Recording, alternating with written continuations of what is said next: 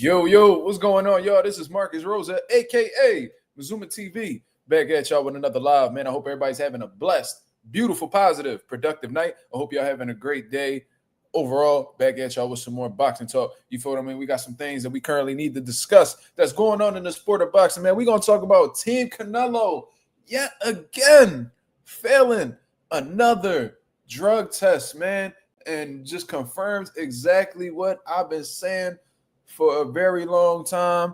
You know what I'm saying? And exactly what needs to be done as a result of this. We're going to talk about Shakur Stevenson saying that if Terence Crawford defeats Canelo Alvarez, he's the greatest of all time, and even going as far as to say that he's greater than Sugar Ray Robinson. You see what I'm saying? We definitely going to talk about that. We also going to talk about Lamont Roach predicting a second-round knockout over Gervonta Davis. We're going to talk about Keith Thurman suddenly wanting a Jerron in this fight. You feel what I mean? Now we got a lot to talk about. We're going to talk about Roy Jones calling out Floyd Mayweather to a fight, which I never would have thought I've heard in my entire life. And then we're going to talk about Jake Paul and Turkey Al-Sheikh linking up and what that could possibly mean moving forward in the sport of boxing. You feel what I'm saying? Shout out to everybody that's in the building so far. If y'all could go ahead and hit the like button, that'd be very much appreciated. You see what I'm saying? We on the road to 4K. We at the mid 3,100 mark. Go and hit that 3,100 mark in due time. Shout out to the nation and the mob. Y'all go ahead and hit the like button as soon as y'all come in, y'all. Come on, man. We got a few comments in the building, man. Let's go with the first comment of the day. Forever Dedicated. He says, Devin Haney on Twitter in 2021. This was 4 years ago, yo. Eddie on that shit. You know what I mean? The syringe emoji, you already know what that means. July 2025, aging like fine cold fruit punch on a summer day. I like that. I ain't gonna lie. I fuck with that. Yo, he said Team Canelo on that shit, man. And listen, bro, that was something that, we were all thinking. You know what I mean? That was definitely the elephant in the room, and Devin Haney addressed it. And ever since then, it's just been looking like it's true. You know what I'm saying? Like I can't recall a boxing trainer in history that has had 7 fighters that he's either trained at the time or formerly trained test positive for performance enhancement drugs, bro. 7. That like you got more drug cheats in your stable than Michael Jordan got rings. Like, that's insane to me. Like, you might be the greatest cheat of all time. Like, this shit is absolutely insane. Like, there's no way that 7 people that you have dealt with in your career as a trainer have tested positive for PEDs and you know nothing about it. Like, that's hard for me to believe. From your number one guy all the way down to guys that you wasn't even that well recognized for having in your stable. It's insane. Like, we just gonna have to run down the names. Like, let's start with the first one, Canelo Alvarez. Then we had Julio Cesar Martinez. Then we got Luis Neri. Then we got, most recently, Jaime Munguia. Then we got Ryan Garcia, who's previously dealt with him. I know I'm missing somebody else. Somebody fill me in. Pause. Who? And then we got the one that just popped just most recently, so that's 6. Who's the one that I'm missing right now? I missed Valdez? I thought I said Valdez. Okay, so I must have missed Valdez. So it's Canelo, Valdez, Julio Cesar Martinez, Jaime Munguia, Luis Neri. Now I'm missing somebody else. But regardless, that's 7 people. I got to write these motherfuckers' names down. This shit is crazy. Like, is this like, how many times this shit going to happen and we just going to call it a coincidence? This shit is insane. Somebody in the comments write down all the names, please, so I could highlight it. Let me get a tissue real quick. Woo!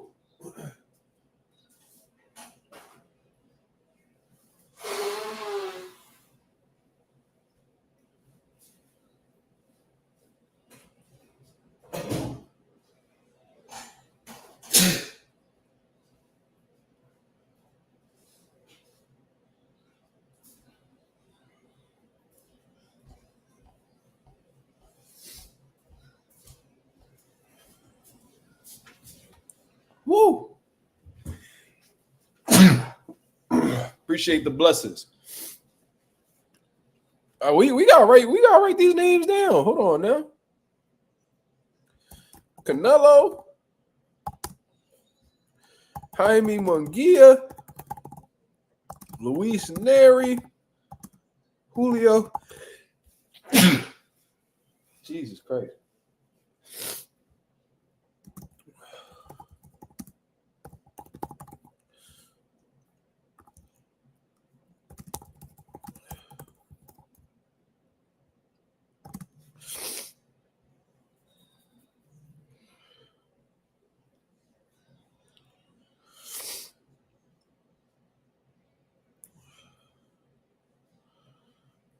I'm writing down the names, y'all.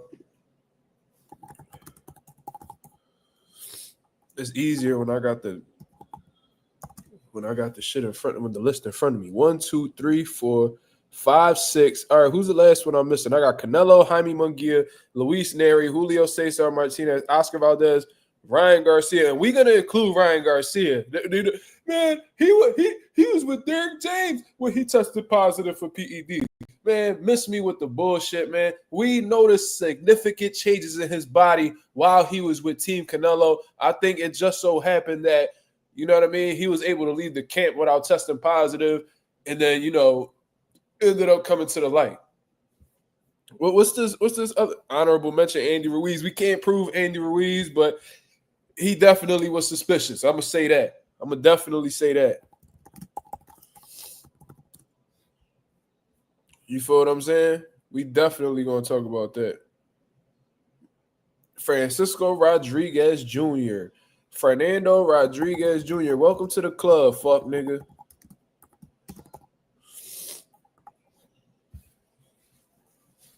Welcome to the club, fuck nigga.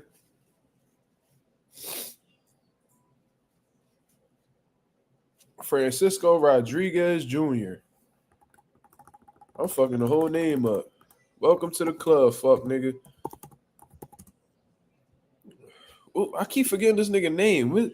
Francisco Rodriguez Jr. God damn, my fault.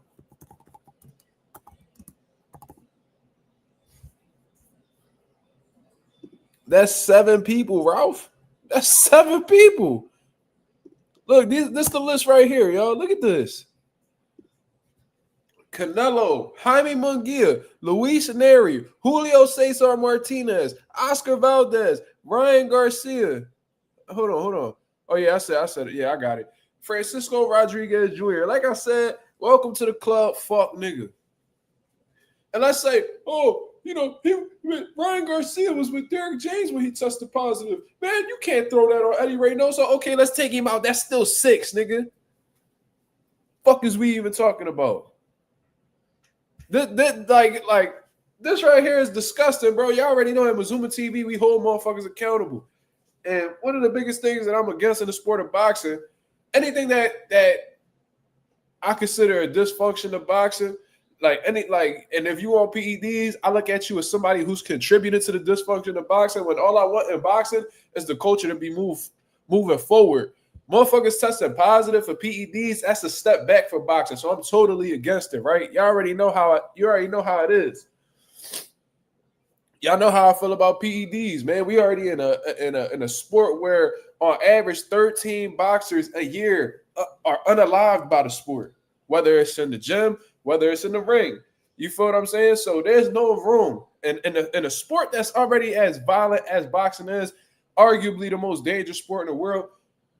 It's dangerous without the PEDs. So when I see somebody actually taking PEDs, I see, for one, somebody who's insecure and unsure about himself, and 2, looking for an unfair advantage and trying to take somebody, you know, away from their families. You feel what I'm saying? So I find it very offensive, and I find it very disrespectful when people use PEDs, especially when you have been caught repeatedly on that shit.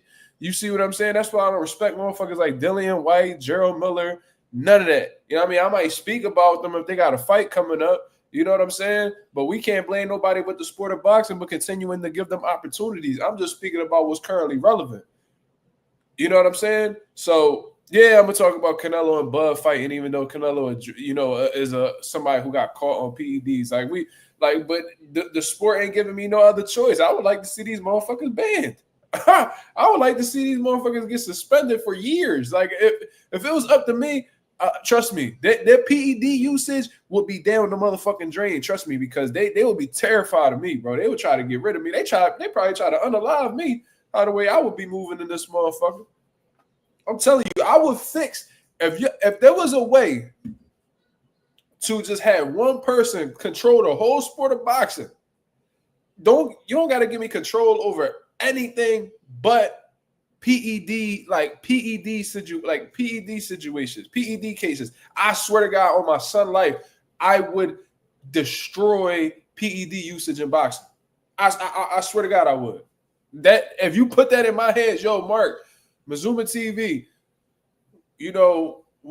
boxing is one big, boxing is under a huge umbrella right now. It's run by, this particular group. We're going to put you in charge of, the PED side of things, like handing out punishments. Oh my God. Could you imagine that? I swear to God, niggas will be like, yo, this nigga Mark cannot be fucked with. He can't be faded. We need to leave the PEDs alone. A lot of these strength and conditioning coaches will be put the fuck out of business. Eddie Reynoso, I will be launching a full-fledged investigation at this nigga. Get him the fuck up out of boxing. We need to sit down and interrogate this nigga. Put this motherfucker in a chair. Put some rope behind this nigga and slap him every time he lie. I swear to God, nigga, we'll figure out a whole lot. Eddie Reynoso, you under fire right now, cuz. And Canelo Alvarez and them, they be acting all careless and be acting like the fans don't know shit. You know what I'm saying? They be acting like they know it all and we don't know shit. And, whenever they get tough questions, they want to throw hissy fits and be on some sassy shit. Niggas is on your ass, cuz. Pause. I'm telling you. Eddie Reynoso, dog. Whatever the fuck y'all got going on over there, whoever, if it's not you and it's your strength and conditioning coach, you need to get them the fuck out of the way, because the way that these allegations are taking your name as a boxing coach, as a manager, whatever the fuck you is, bro, you can't afford to take too many more of these allegations. You feel what I'm saying? And I'm going to keep it real with you. The picture is getting clearer and clearer with each PED case. With each PED case that's coming out right now, bro, the picture is getting more and more clear, bro. And like they say, where there's smoke, there's fire. There's some shit that's going on that needs to be addressed. And eventually, somebody's going to press you behind this shit that you got going on, bro. You feel what I'm saying? Like, you can't just continuously get away with this shit. Like, I know we still got Victor Contes running around when they was known for fucking with the juice and shit like that. But respectfully, he got caught one time.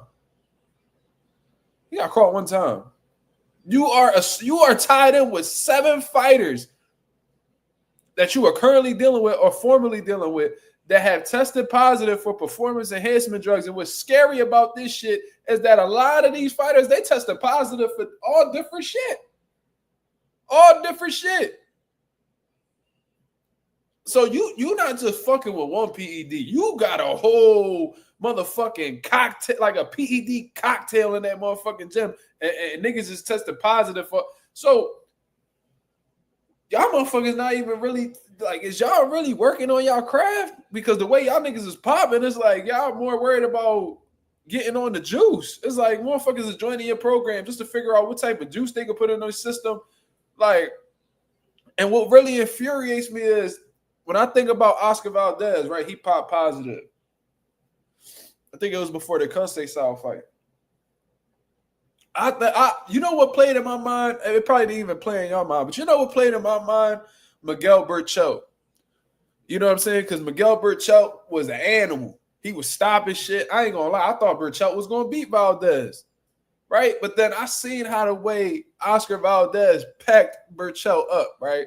And then to be honest with you, Berchelt was never the same. Never the same, right?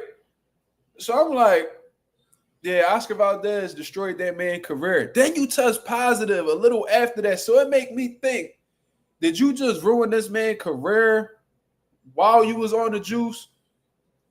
See, that's the thing about testing positive for PEDs. You like That's the dangerous thing about testing positive for PEDs in terms of your reputation, because now people going to question your entire career. How long have you been doing this? Was this your first time using PEDs and you got caught the first time?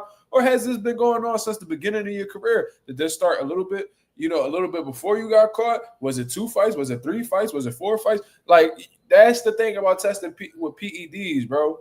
Like, we know that you a sneaky motherfucker. So because you a sneaky motherfucker and trying to cheat behind people's back, we all know that you fully capable of lying as well. Them things go hand in hand. You feel what I'm saying? So when I see Oscar Valdez test positive, I'm like, damn. So Miguel Burchell may have possibly fallen victim to a drug cheat, and he sustained so much damage that he was never able to get back at a high level to continue feeding his family. That type of shit infuriates me.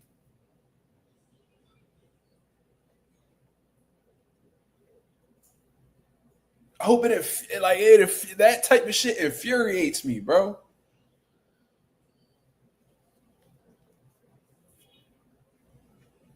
Like, that shit is not funny, bro. Like that using PED shit and motherfuckers is all laughing, talking about, you know what I'm saying? Like, oh, they try to talk. Like, I'm seeing people defending Eddie Reynoso and shit. But let's keep it 1,000, y'all. I know y'all don't want to have this conversation, and I'm pretty sure they never say it during the live, but after the live, they always text these bold ass.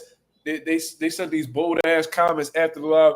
Hey man, you're always playing the race card. Man, why are you always playing a race card? You're always bringing up race into everything. You're always bringing up race, man. You need to stop talking about race all the time, bro. This is boxing, man. Man. Bill Haney, right? Y'all don't like Bill Haney. A lot of y'all don't like Bill Haney, right? Can you imagine if Bill Haney had a stable full of fighters? Let's say he had 8 fighters, 9 fighters, 10 fighters, and they all contenders, champions, all that good shit. And then all of a sudden, Devin Haney pops. All of a sudden, this guy pops. This guy pops. This guy pops. This guy pops. Can you imagine the fucking heat that a Bill Haney would get? Can you imagine the type of heat that Bill Haney would get if he was at Eddie Reynoso's shoes right now? Why is the energy not the same for Eddie Reynoso? Is it because the nigga don't know English? Is it a language barrier? Or is it because he's not black? Let's just really keep it 1,000, because when we really look at black fighters, I think it's safe to say they the most criticized fighters in the sport. Right? Y'all making up no running rules, and black fighters falling victim to PED users, and they defending the PED users instead of defending the victim that happens to be a black fighter. And they laughing at Turkey Al-Sheikh trolling the black fighter, and like, everything is so funny when the black guy is the victim. Right? It's so funny. Like, that shit is just so hilarious when the black fighter is the victim, but it's not so funny when somebody with the complexion for the protection falls victim. You know what I'm saying? Or niggas' smiles is turning upside down whenever a black fighter does something wrong. Why is it all about race? Because it's America. Absolutely. Absolutely. Absolutely.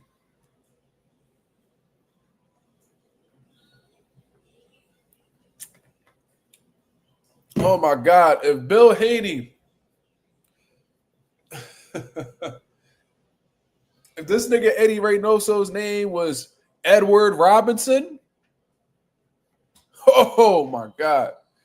How that motherfucker would have had case after case after case on his ass. He would have had to explain himself to all these different athletic commissions, all these different sanctioning bodies. Bro, niggas would have been fried. They would have tried to throw him out the game like they try to throw out Don King. So Don King was scraping money off the top of niggas' purses, just like any other promoter do. But because he black, they throw him the fuck out the game. This nigga Bob Arrow been investigated by the FBI for rigging fights and all types of shit. All types of shit. Everybody loved Bob Arrow. They were calling this nigga the Bob Father. Oh my God, this guy's in his 90s and he's still able to conduct business. And Don King about the same fucking age, but don't nobody give a fuck about Don King, right? So much smut on his name. But Bob Arrow, who's a snake, just like 99.9% of these other promoters, and he get praised. That type of shit blows my fucking mind in itself. In itself.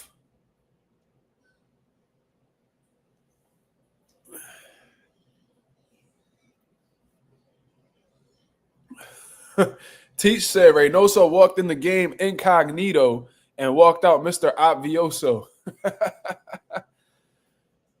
Ralphie Ray Goza says, what do you think it's going to take for Eddie Reynoso to be investigated for once? I don't know, bro. If this ain't enough, then I don't fucking know. Do it need to be 10 fighters? Do it need to be 12? Do it need to be 15? Do it need to be 20? Why the fuck isn't this being investigated right now? This nigga got just as many drug cheats in his camp as world champions. How many world champions does Eddie Reynoso got in his stable right now? Like, what the fuck? Like, bro, 7? 6 was with you at the time. 1 left you. His body totally changed while he was with you. And the little bit of time Ryan Garcia was in his stable, his body changed drastically. This motherfucker had underboob, soft ass, core. And this nigga cut the fuck up to the bone now. Ryan Garcia was always a skinny little nigga. Now he big as shit. Had Devin Haney looking little in the ring. What the fuck? Devin Haney ain't no little 140. Well, he wasn't a little 140. Really a welterweight. Ryan made him look small.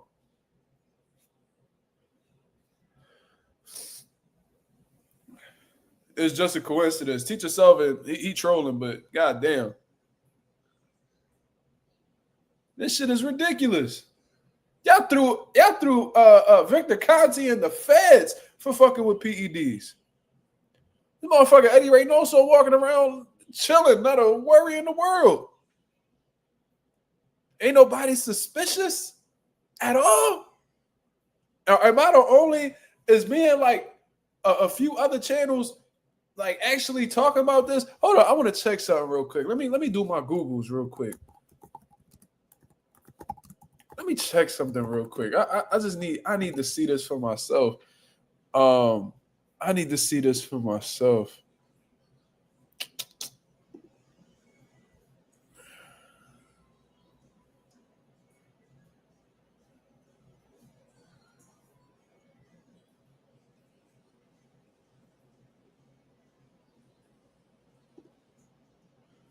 I want to see. Yeah, these motherfuckers ain't talking about this. They sneaking in on a caption and shit like that, but they trying to hide it with all this other shit. Yo, these niggas is funny, bro.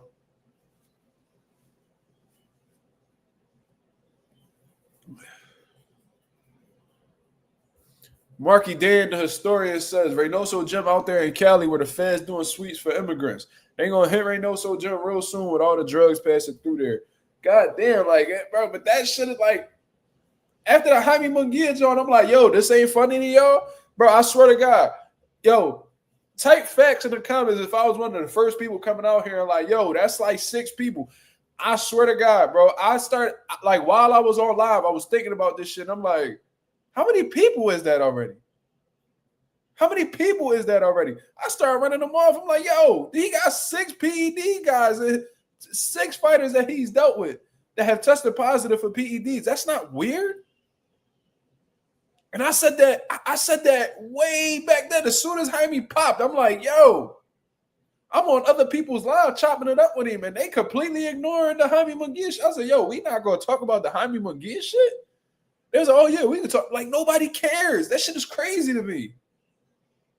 But these ain't like no little prospects that's fighting in these local places in Philly and Tijuana and shit. Bro, these is world champion level fighters.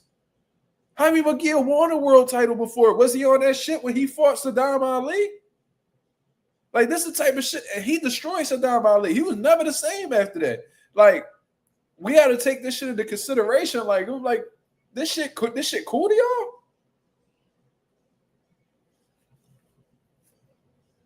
That ain't no accident, Tego. That's what I'm saying. Like, bro, I was one of the first people on here. While Jaime popped, I'm like, yo. Like, I'm like, yo, this nigga got 6 of them like Michael Jordan. I was saying that on here.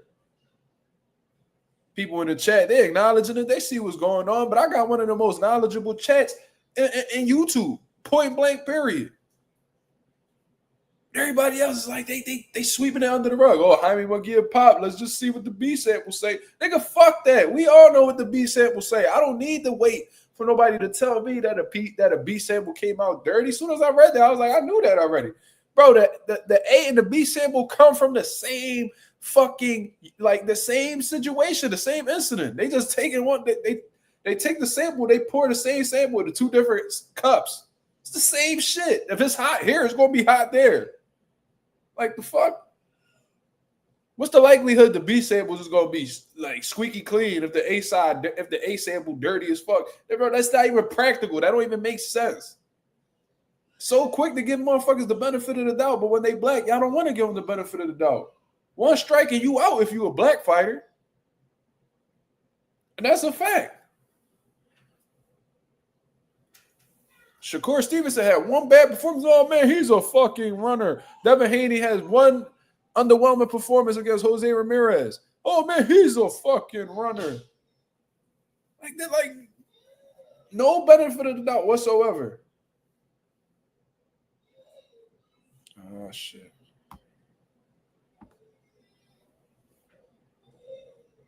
The mindless consumer said, who in the chat is okay with PED use of the sport of boxing? Nobody. Nobody. And if there is, let me know. Like, let somebody with a wrench say they cool with that. They wrench getting taken, they getting packed. I ain't even playing with these niggas. We not even about to act like that shit cool over here. Fuck all that, bro. And I don't know if anybody in the chat was former fighters. I would think I would see red if I found out somebody that I fought, especially if they beat me, tested positive for PEDs. Like, oh, that would drive me crazy. I would want that back in blood. I don't know about y'all, but that's just me. You feel me? Like, yo, Devin Haney gotta be a mentally tough motherfucker, bro. Like a mentally tough motherfucker, bro. Like, you gotta respect that nigga because he got cheated. The world was told that he got cheated. No sympathy. No sympathy.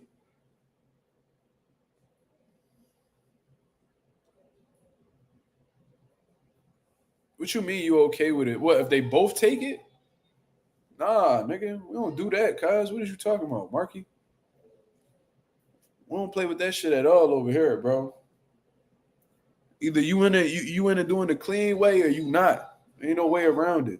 You sound like Ryan Garcia, Marky. Imagine if there was a league where you could take steroids. Imagine a league where you take steroids. And then he tests positive for steroids after that.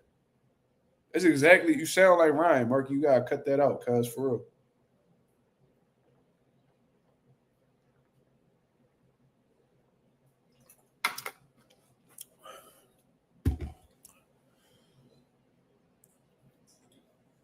Yeah, niggas is feeling bad for Ryan. Let's pray for Ryan's mental health. You know, mental health is a serious thing. How about fucking Devin Haney's mental health, you fucking idiot?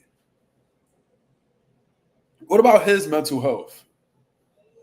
Like are we mental health advocates or are we Ryan Garcia mental health advocates? Y'all gotta let me know.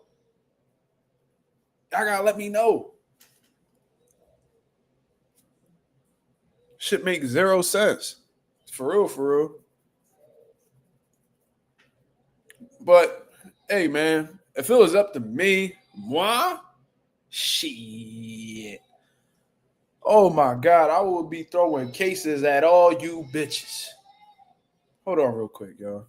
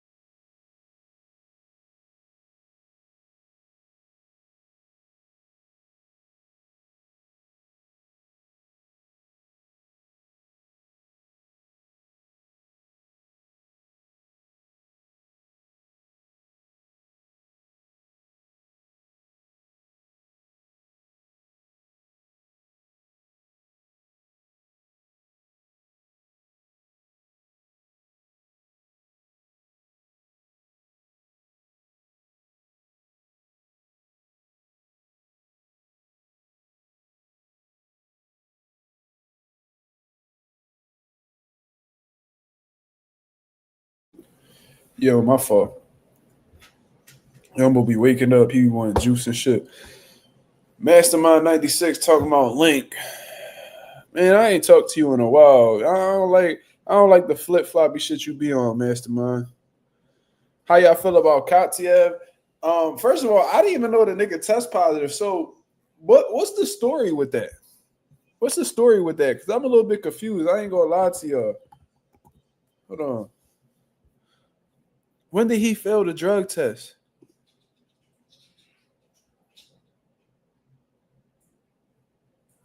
He tested positive for clomiphene. Okay, he got hit with a 2-year suspension. That's beautiful. But it's unclear whether it applies to his upcoming fight with David Morrell Jr. Man, pack that motherfucking fight up with David Morrell Jr. Man, fuck Katiev. Fuck out of here.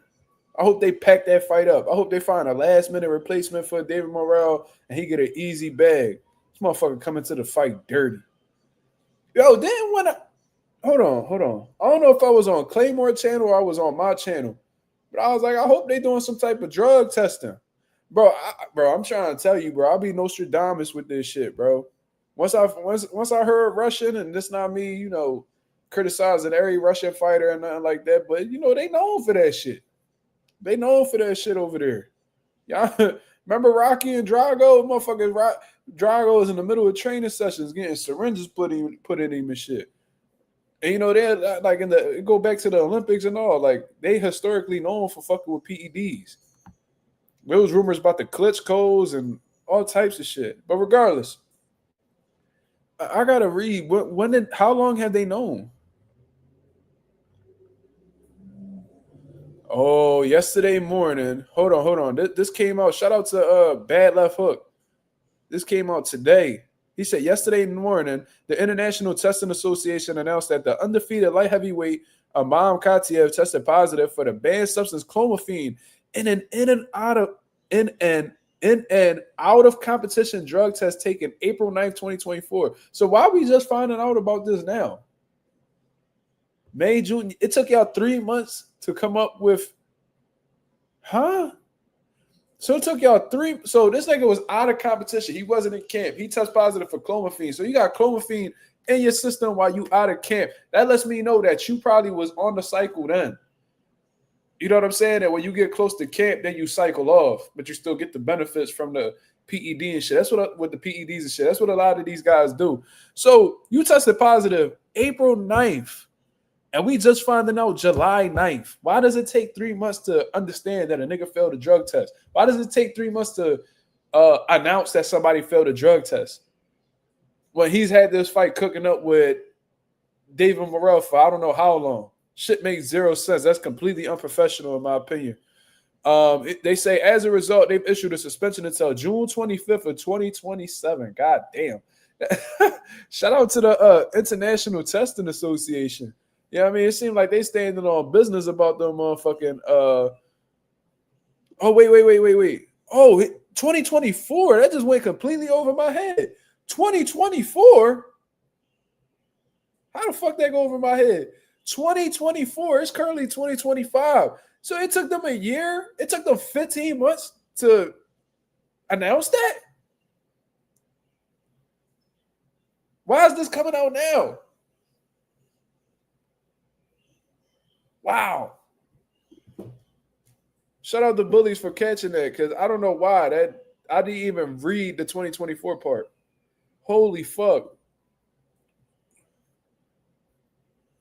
Wow. So they let this shit cook up for 15 months before they gave him a 2-year suspension. What the fuck?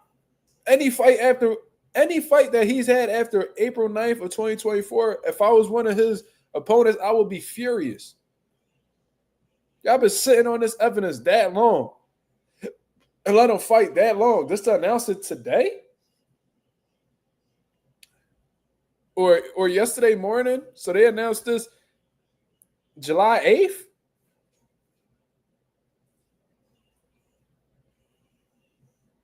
The Morrell fight should be off, y'all. Why give this man an opportunity? Why put David Morrell in that situation where he has to go up against somebody who may very possibly be reaping the benefits of PEDs and have that unfair playing field? I don't want to see that fight no more. I'm sorry.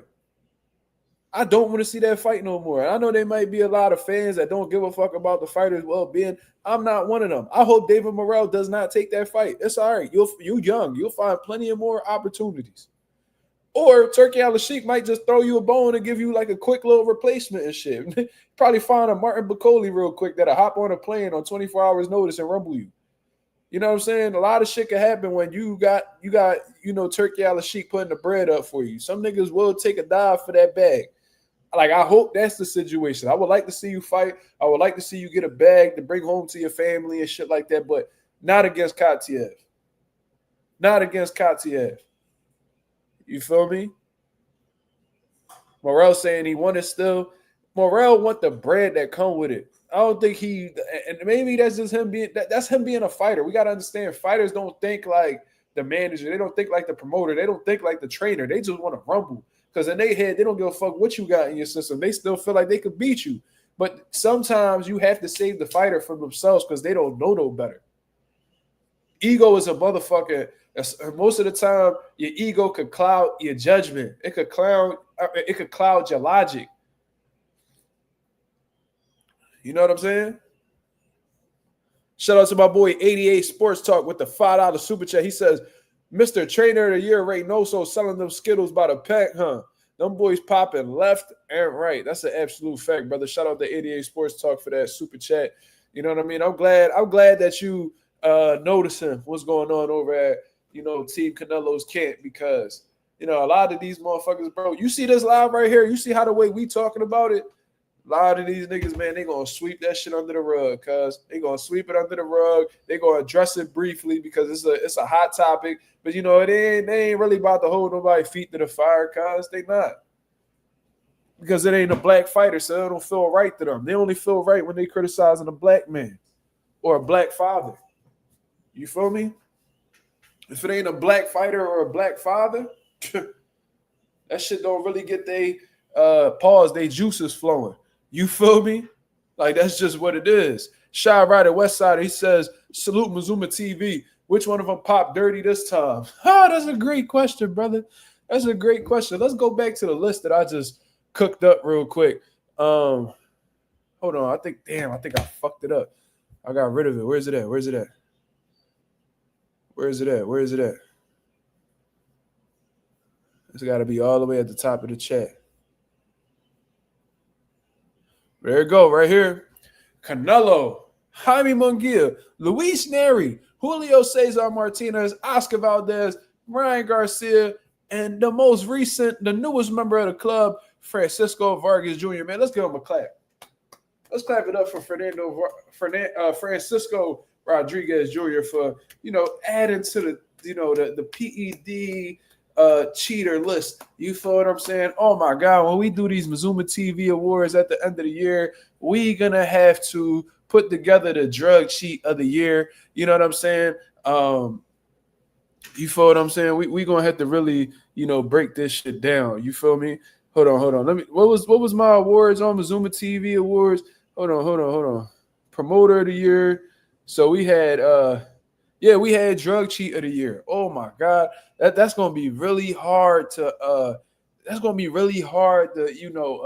get a winner for this, man. We might just have to award the Eddie Reynoso camp for popping positive for performance enhancement. We might just have to include the whole Reynoso camp because the two pick like back to back in the same year. Back to back in the same year. You got drug cheese in your camp back to back on some Drake shit. Back to back, like y'all on the cover of Lethal Weapon. Oh my God, back to back like Kobe and Shaq. Oh my God. Oh my God. Lord have mercy.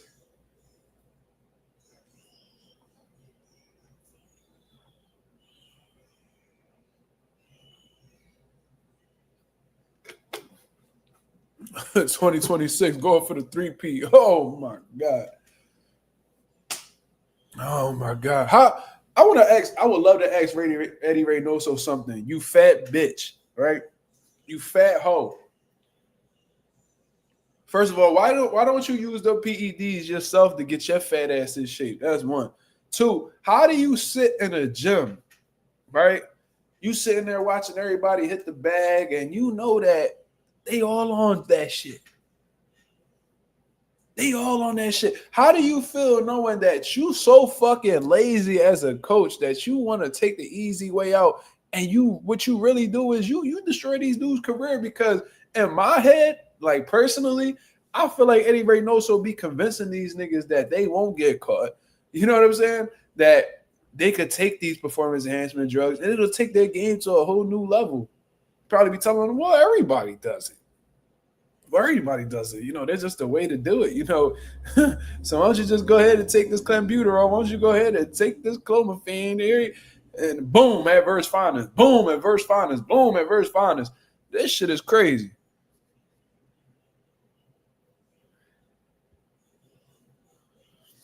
Eddie Reynoso paid Mauricio Suleiman to raise the level of clenbuterol. I don't even think he paid him. You know what I mean? I think that I think that he be like massaging Mauricio's sack. That's what I think. Orale, wait. Change the levels. Fuck. Just be rubbing on Mauricio's sack. You feel me? Be letting Mauricio teabag him in the middle of his boxing ring. Just be letting him teabag him. The fuck nigga. That's what he is.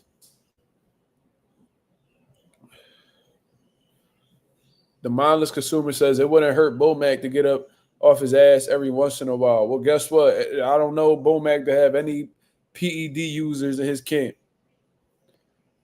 None of them. Keyshawn like to smoke weed. That's it.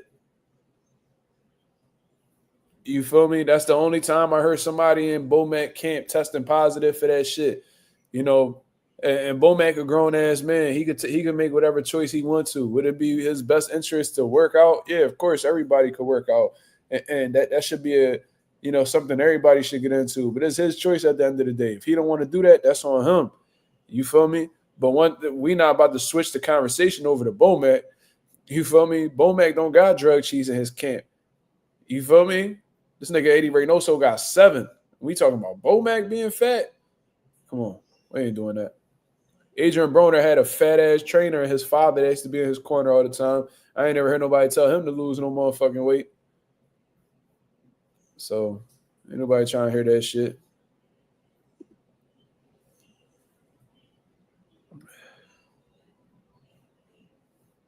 This nigga said wait.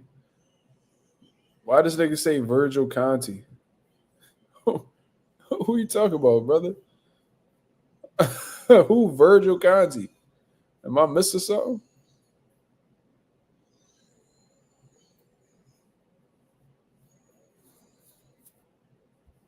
This nigga Rob Base said Virgil Conti.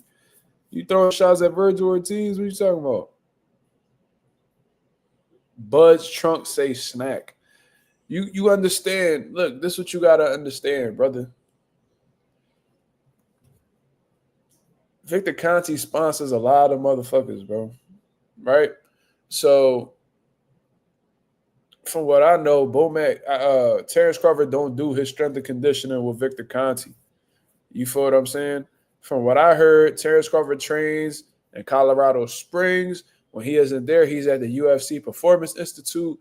I don't really see him training with Victor Conti. If he's giving him a bag to sponsor some fucking pills that you could get at a motherfucking GNC for no problem, where nobody has historically tested positive for snack products, then it is what it is. Regardless of who works with snack and who don't, it is what it is. I see people defending Ryan Garcia, and I could find a picture of Ryan Garcia now with a snack shirt. So who cares?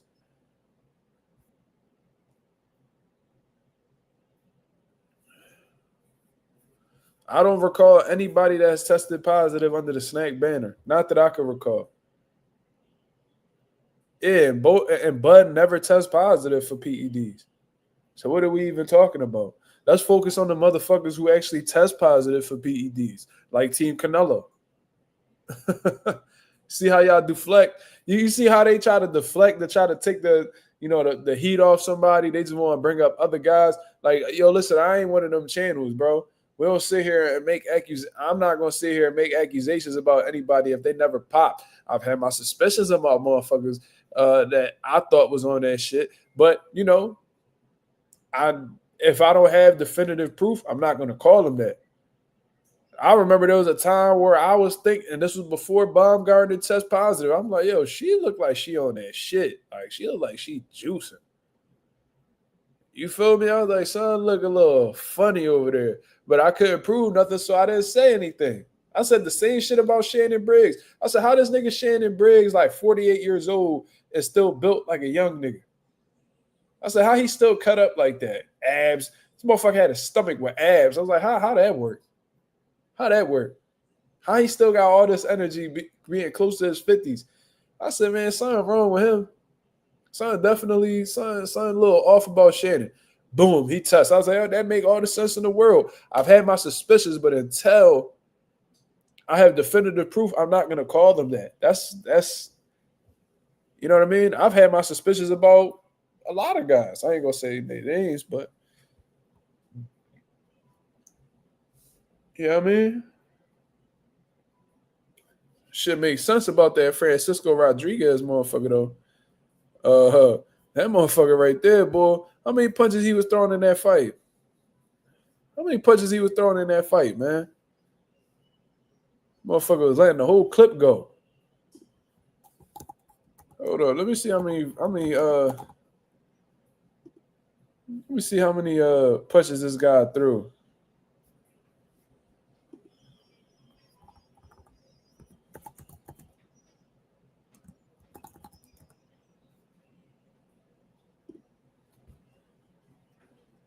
This dude, Jesus Christ.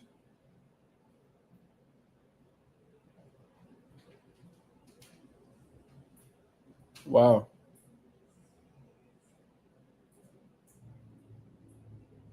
Motherfucker threw damn near.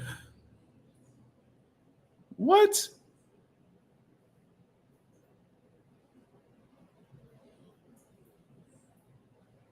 This dude threw 1,089 punches. Yo, on Boxing Scene, it says unreal numbers put up in this one between Francisco Rodriguez and Yafai. I bet it was unreal numbers because the shit that he did was artificial, brother. He was on some artificial shit. They said unreal numbers, bro. According to the CompuBox stats on Boxing Scene, Rodriguez was 575 of 1,089, bro. Yo, what the fuck? Jesus Christ. Insane. Yeah, that make all the sense in the world, man. That make all the sense in the world. Shout out to I don't know if I'm saying his name wrong. His name is like Galal Yafai, whatever the fuck his name is, Yafai. Salute to him, man. You know, my sympathies towards you, brother. You know what I mean? Nobody deserves to go up against a drug cheat, especially if you training and you living a clean lifestyle and you ain't cutting no corners. You know what I mean? You took damage that can't be reversed. You feel what I'm saying? And, you know, that's the big and we don't even know how he's going to bounce back off of this. He may never be the same. He might have took the whatever gas he had left in his tank. You know what I mean? That might have took all of it out of him. We won't even know until he perform again. But let's say he comes back into the ring and he's shot. You know what I'm saying? That's a destroyed career due to the fact that it's a destroyed career that fell victim to a drug cheat. Crazy. Can't make this shit up. Mosley was beating all them tests. He got caught up though. Yeah, I remember he got his ass whooped. Tell you, fine motherfucker was getting his ass whooped. I seen that shit. Shoo. Your fire is no spring chicken. He's like 32. He spent a lot of time in the amateurs. Jesus Christ. So whatever the fuck he had left, that might have just got beat up out of him, and he might not be the same. See that enrages me, bro. Like that really, really pisses me off. Something really needs to be done. Like I hope your five sue him. Like I really hope he sue him. Like, bro, this is what we gotta do, man. Like I'm telling you, that's the one way. I already told y'all the blueprint for stopping all these guys who tested positive, or at least take a performance enhancement drugs. You feel me? We gotta take their whole fight purse. We gotta take their whole fight purse, and we have to give them a 2 to 3 year suspension for first offenses. Yes.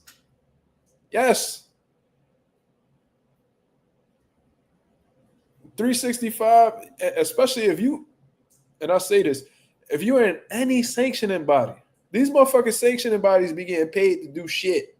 They be getting 3% of these multi-million-dollar fight purses and all that. The least they could do is do 365 random blood and urine testing for all they contenders. You want to be eligible for a world title shot, nigga? All right, that's how we going to do it. You ranked in the top 15, you sign up for 365 random blood and urine testing. You don't do it, you don't get a ranking. You don't get a ranking, you don't fight for our world title. Why is that so difficult to do?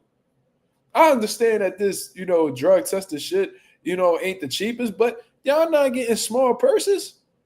Y'all making money off the interim champs. Y'all making money off of the regular champs. Y'all making money off the silver champs, the super champs, the franchise champs. Y'all motherfuckers got plenty of money. And how many weight classes is there in boxing from 105 to heavyweight? Y'all getting a percentage off of each champion's purse from 105 to heavyweight. Miss me with the bullshit. In the WBC, they just added a whole new weight class, Bridger weight. The fuck? Nigga. Y'all go ahead and put y'all motherfucking bread up. Y'all ain't got no problem taking bread from niggas, cuz. Put y'all motherfucking bread up. Fuck out of here.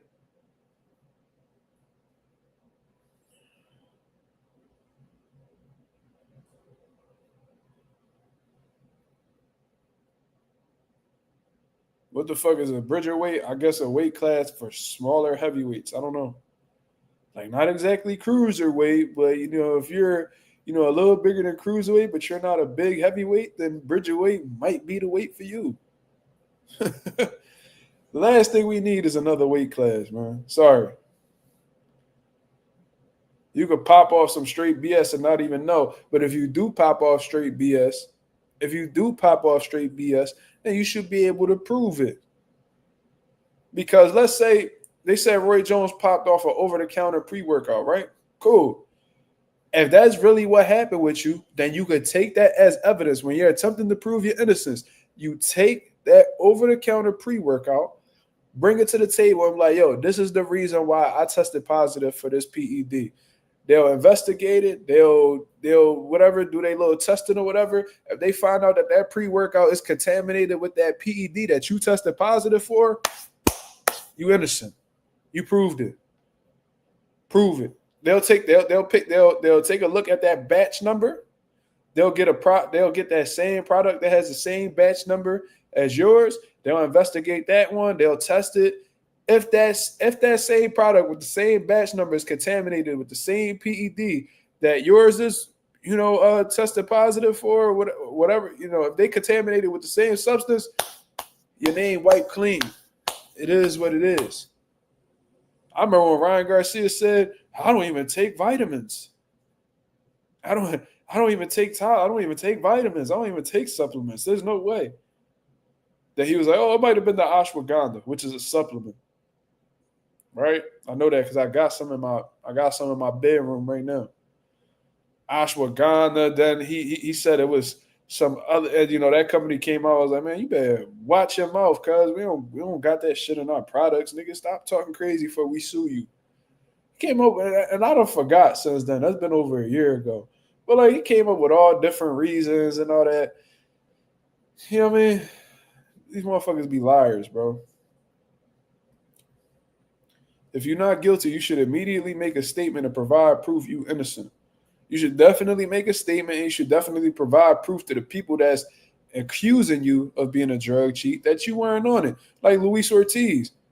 Wasn't he able to prove his innocence? When he tested positive, he was like, "Yo, I take blood pressure medication. That's why I test positive." And he was cool, from what I understand.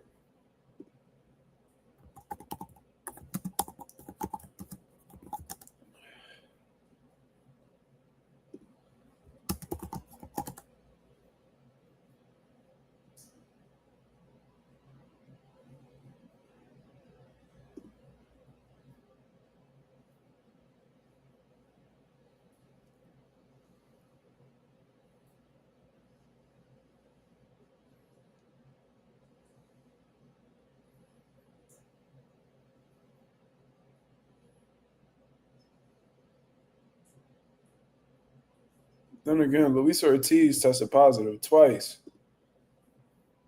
I didn't forget about that. I almost forgot about that, but I didn't forget about that.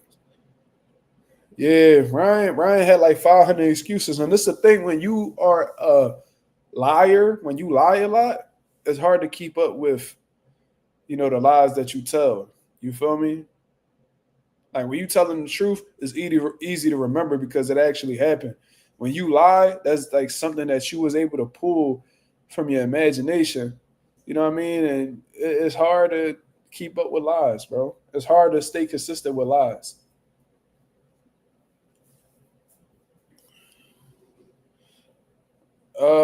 Michelle Rivera tested positive for a diuretic. That was a diuretic. I don't really look at diuretics like clomiphene and clenbuterol. I don't look at, just like marijuana. Even though marijuana could be used as a masking agent, I don't look at marijuana like how, and diuretics like how I look at, unnatural production of testosterone and shit like that. You know what I mean? To me, it just seemed like you got a weight problem. You having trouble getting the weight off, so you trying to find a shortcut. It's lazy. I don't respect it, but I'm not gonna look at you the same as like somebody who, you know what I mean, trying to up their endurance or up their strength or, HGH and like shit like that.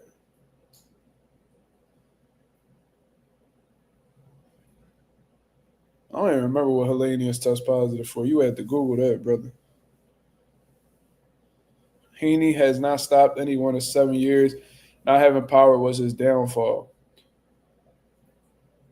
That's a two-weight world champion right there. I don't think he's had a downfall. I don't think he's had a downfall at all. He's still one of the most talked about boxers. You know what I mean? He's about to be a part of a huge card in November where he's either the main event or the co-main event. I don't think he's had a downfall yet. So I disagree with you, brother. Him not stopping nobody in 7 years. So what?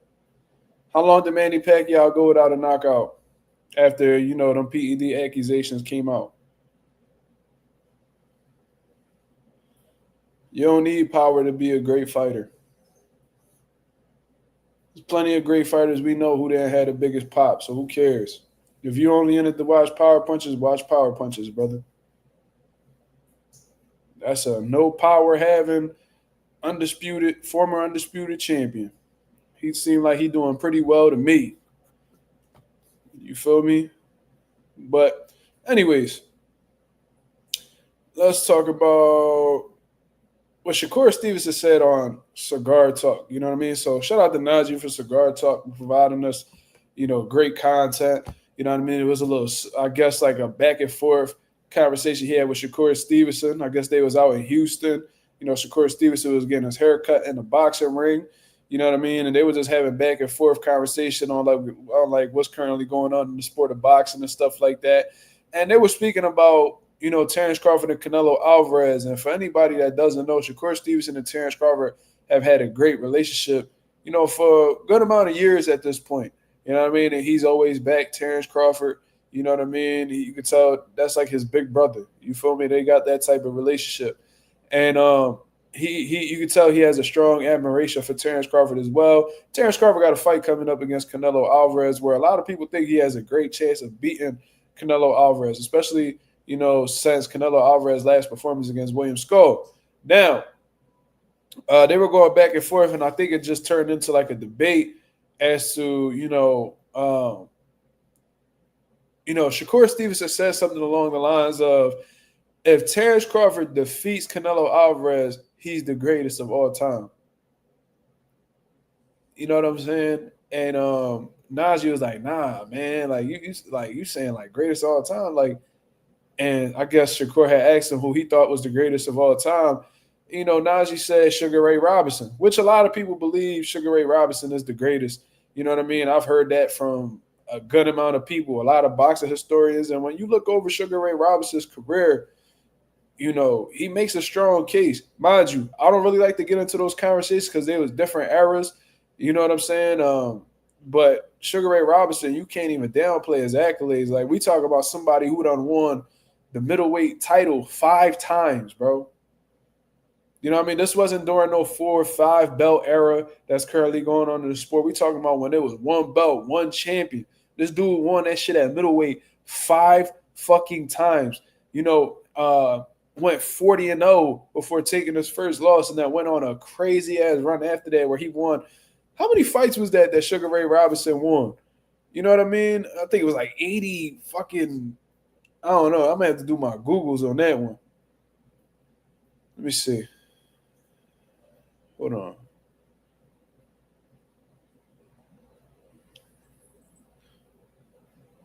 He went undefeated in his first 40 professional bouts. Then after he lost, this nigga went on a 91 fight win streak. Like that, bro. And this is like, obviously, it was a different time. So, it wasn't always like top caliber guys, all the time. But Sugar Ray Robinson got a resume, bro. He got a resume. And just because you don't know them don't mean that they weren't notable. Just sound like you got to do your sound like motherfuckers just got to do their Googles. And it just sounded like Shakur Stevenson wasn't really too well versed on Sugar Ray Robinson, to be honest with you. You know what I'm saying? And I don't really blame him because it's not really his era. And, just because you a boxer don't necessarily mean that you have to go that far back in boxing. Shakur Stevenson grew up to watch a good amount of great fighters. This man grew up idolizing Andre Ward and Pernell Whitaker and Floyd Mayweather. Terence Crawford, all great fighters in their own right. So do you have to really look that far back into the sport to understand what a great fighter is? Not necessarily.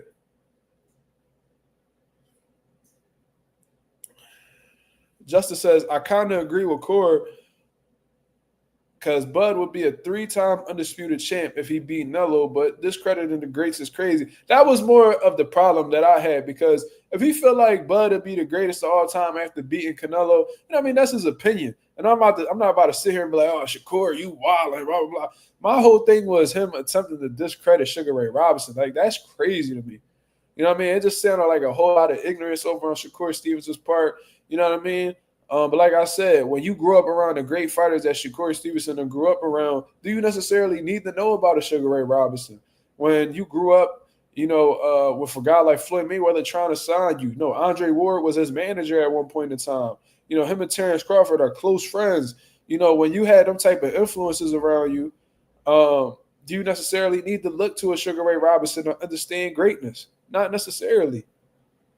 But Sugar Ray Robinson is a motherfucking icon, man. We had guys like Muhammad Ali looking up to him. If somebody like Muhammad Ali, who is one of the most iconic figures the world has ever seen, especially amongst athletes, if you got Muhammad Ali looking up to you, dog, it's probably because you that nigga. Just keep it a buck. Yeah, Katiev did pop dirty, PYP. And to be honest with you, bro, my pop, I had somebody I was going back and forth with about Sugar Ray Robinson at one point in time. Shout out to George Hansen. George Hansen told me that Sugar Ray Robinson was like the first complete fighter that we've ever seen. And like Sugar Ray Robinson was ahead of his time. You feel what I mean? He was like one of the first fighters that we seen from them earlier eras that really was the full package. You feel what I'm saying? There wasn't like when you look at Sugar Ray Robinson and his fights, and a lot of his fights was never on video. That's when he was truly in his prime. But from what I've understood, from what I heard historians say, but he was he had to be like the first complete fighter that we've ever seen that was capable of doing it all. Is that fight still going through a Morrell? I have no idea. If you asking me personally, should the fight go on? I'm going to say no. Drug cheats don't deserve to be in them type of positions, man. They don't. Like, there's no reason why Katiev should be getting the opportunity to fight on that big card and possibly get a win over David Morrell, who's a top light heavyweight contender. He don't deserve that. He need to go ahead and serve his 2-year ban.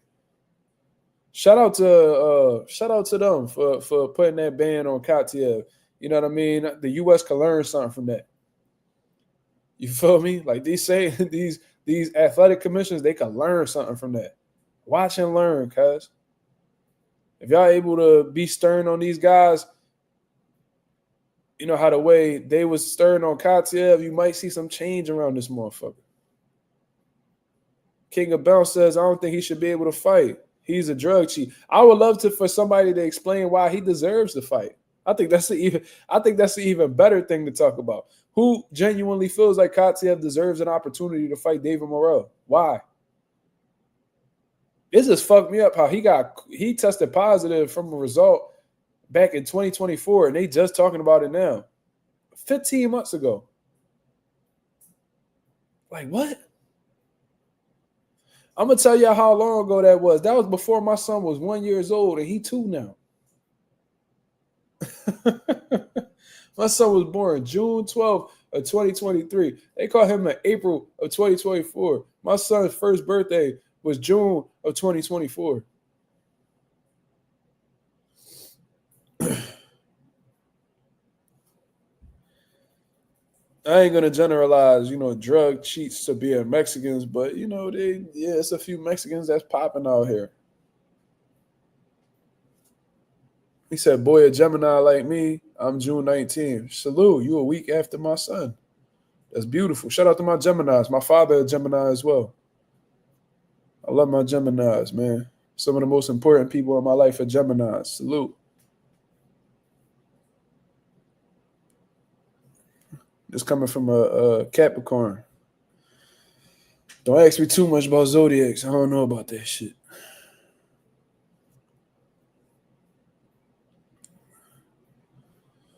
Yeah, and I ain't like how Shakur was acting like, Sugar Ray Robinson ain't really beat nobody significant. It's like, bro, you gotta do your research, cuz. But then I don't know, like Shakur, I understand that he a fighter, so there's no way you could call him a casual because he really lived that life. But it's the same motherfucker who was talking about. Shakur was saying, what he say about Tyson Fury? That he the greatest heavyweight of all time, or he would have beat Muhammad Ali, or some shit like that.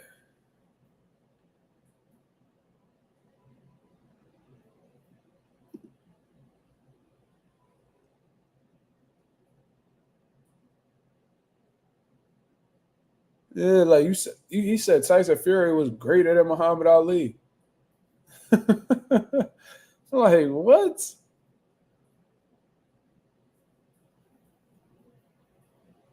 Like, I don't understand that. I remember he said that.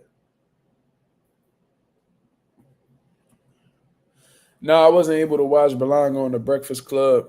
No, I wasn't, unfortunately. Did he say something that stood out? Or was it just typical delusional Edgar Berlanga shit? No, Tyson definitely a legend. He's a great, especially at his peak. You know what I mean? He was a great fighter, but to say I've heard people say Mike Tyson the greatest heavyweight of all time. I was like, you definitely ain't do your Googles, cuz like there's no way. You know what I mean? Like to me, there's no way you could put Tyson above Holyfield. You can't put Tyson above Lennox Lewis. You can't put Tyson above Muhammad Ali. You can't put him above Larry Holmes. You can't put him above Joe Louis. Like it can't be done. You feel me? Like you can't. I wouldn't even put him above George Foreman. To be real with you, I wouldn't even do that. You could probably put him above Joe Frazier, but you know what I mean? Like, nah, ain't happening. Fury's best win was against Klitschko. I mean, he beat Wilder too. Wilder, I know a lot of people shit on Deontay Wilder, but he literally tied Muhammad Ali for title defenses, 10 title defenses. You know what I'm saying? Let's not act like Wilder wasn't avoided. You said George Foreman above Holmes? I don't think so, Lorenzo. Like Larry Holmes, that man had over 20 title defenses, bro.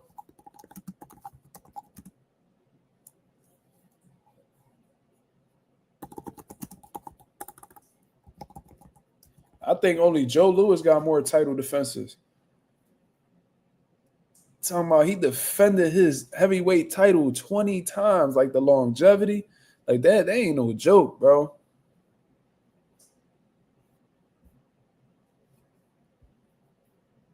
Nah, I can't put I see like George Foreman a GOAT. Let's not get it fucked up.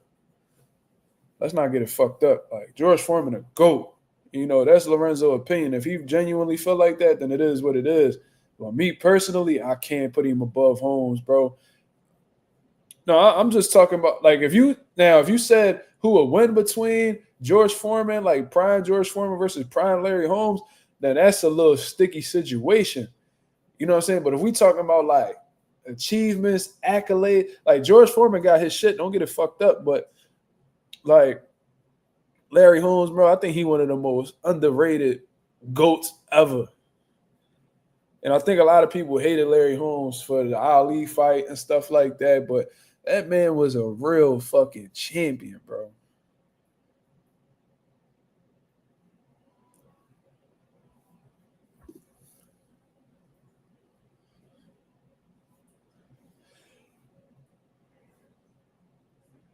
Oh, shit.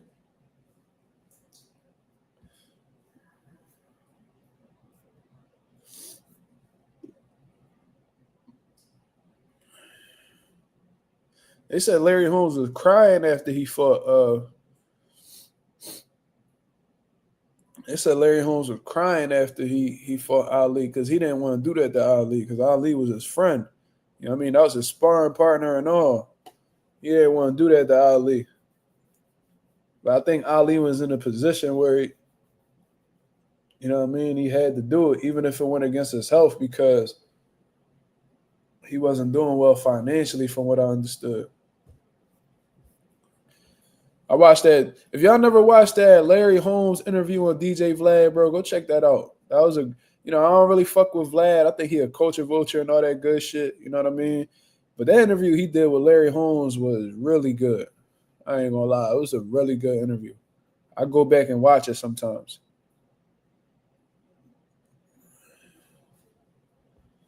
said fantasy fight Tito versus Benavidez. Which Benavidez you talking about? Jose? You can't be talking about David. Tito prime years was at 47. 47 and a little bit of 54. You know what I mean? Like, Benavidez is a full-fledged 168 who's at 175 now. Smoochie, what up? Vlad, I ain't gonna say he police. Like, I don't think the nigga got a badge, but he do be asking some incriminating questions that I'm sure the feds see and they investigate on. And, you know, he definitely be giving the feds this, he be setting the feds up for success. I'm gonna just say that.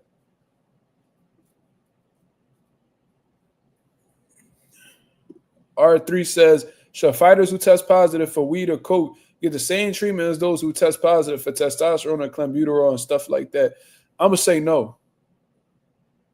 no. Especially if for recreational purposes. You know, if we talk about performance enhancement drugs, I don't know if weed will enhance your performance. I understand that weed may help you recover. Like they said, it has benefits of like recovery and stuff like that. But if anything, I feel like weed may hinder your performance. You know, coke may, get your heart rate up and stuff like that. But I don't know if cocaine is going to be able to help you throw punches for 12 rounds. You know, if you're using it, if you got like a personal addiction, like on some recreational shit, I don't know. Like, I'm not going to look at you. Like, I'm going to be like, oh, you drawing like for testing positive. You need to be a little bit more, strict with your lifestyle, but I'm not going to look at you the same way. I'm not going to look at you the same way as like motherfuckers who injecting, drugs in their system. And, I don't know. I've never done cocaine, so I can't tell you, you know what I mean? And I've had weed a handful of times in my life. You know what I mean? So I can't really speak on and I've never fought high. So I couldn't tell you that neither. Every time I've ever thrown my hands, I was sober. So I can't tell you if cocaine could enhance your performance in a boxing ring. I don't know. I'm about to ask ChatGPT that shit. Can cocaine help you? Can it help you box? I don't know. Can it enhance your boxing abilities? I don't know. This nigga Bully said coke will have you going. Maybe, but I heard you could crash off that motherfucker too. But I don't know.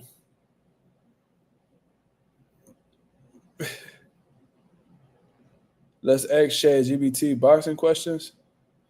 I don't think I've done the one time I used ChatGPT, it was for them to set up my Mazuma TV awards, set up categories. Cocaine is a stimulant.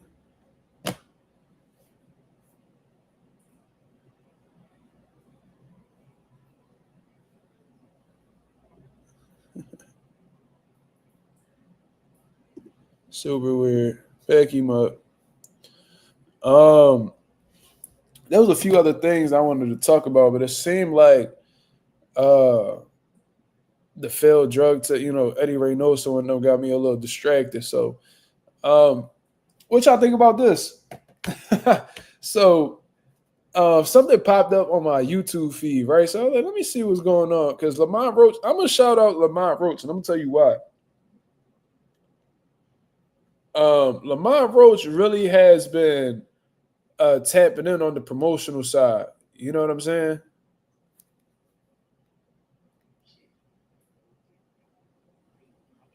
He went on shit. He ducked the fade, so belt to ass. I told him I put belt to ass. I said, let me catch a friendly fade and he won. But yeah, God bless you, brother. Anyways, that was weird. But Lamont Roach has really been streaming, you know what I'm saying, and getting his name out there amongst the youth, I guess. And there's this guy by the name of Pre Hefner. I don't know if y'all know who he is or whatever the case is, but Lamont Roach was sitting there just chopping it up with him. And he was like, yo, man, what's your prediction for the fight so I could go ahead and put my bet on FanDuel? I guess he was being funny or whatever. And Lamont Roach says that he's going to knock out Gervonta Davis in 2 rounds. 2 rounds. He said he's going to knock him out in 2 rounds. And he said he told his team the same thing. And they was going off as a result of that. Now, what do I make of it? Um, I think that's wishful thinking, to be honest with you. Like I think Gervonta Davis, I don't think Gervonta going out against 2 rounds against anybody, to be honest with you. I think that Gervonta Davis is savvy enough in the ring to know how to survive. You know what I mean? I know that I know he got enough experience to know what to do when somebody's coming out guns blazing.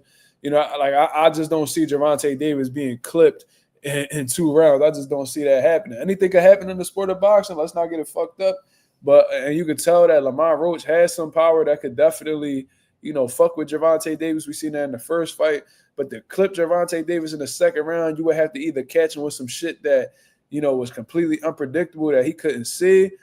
You hit the lottery with a punch, or I don't even know how that happens, bro, to be honest with you. I just think that Gervonta Davis is too skilled, too intelligent to, just go ahead and just get clipped in 2 rounds. You feel what I'm saying? Go get the money, said 2 rounds is pushing it. I'm like, yeah, like I understand Lamont Roach's confidence, and I like his confidence because, to be honest with you, historically, a lot of fighters have shown to be scared of Gervonta Davis, but, coming out guns blazing against a puncher like Tank, within 2 rounds that's kind of dangerous. That's kind of dangerous, to be honest with you. Anonymous talking about hopefully. Anonymous be talking crazy. But that's his prediction. So he popping his shit. He definitely popping his shit. Like, and he talking about, man, you gonna make your money, blah, blah, blah. So he just seemed real confident now. Could this be Lamont Roach trolling? Possibly. But can this be him really speaking from a real place and genuinely believing in that? Possibly.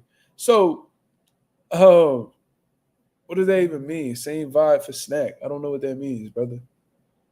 Why are we even talking about snack? We passed that, man. You're going to have to rewind. You know what I mean? You're going to have to catch up, brother. We're not even speaking on that no more. If any, R3 says, if anybody gets KO'd in 2 rounds, it's Roach, in my opinion.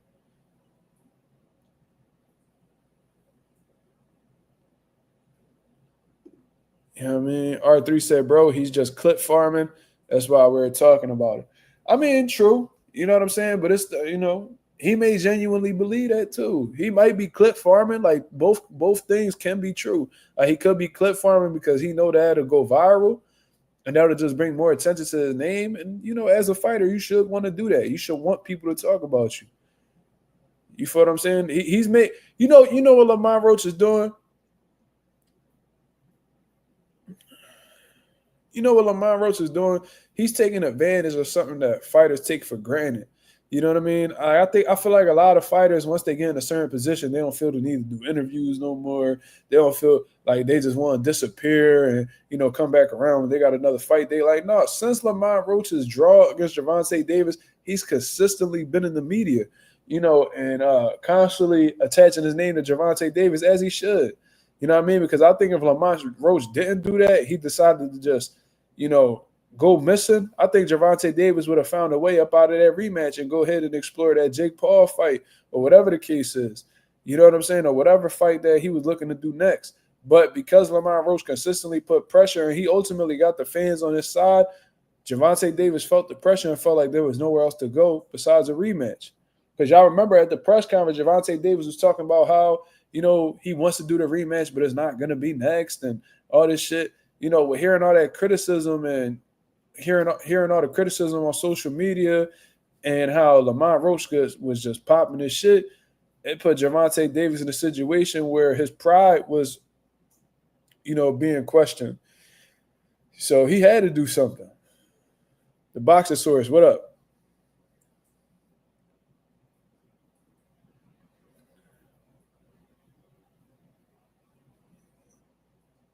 Eddie Reynosa is Sosa for Scarface.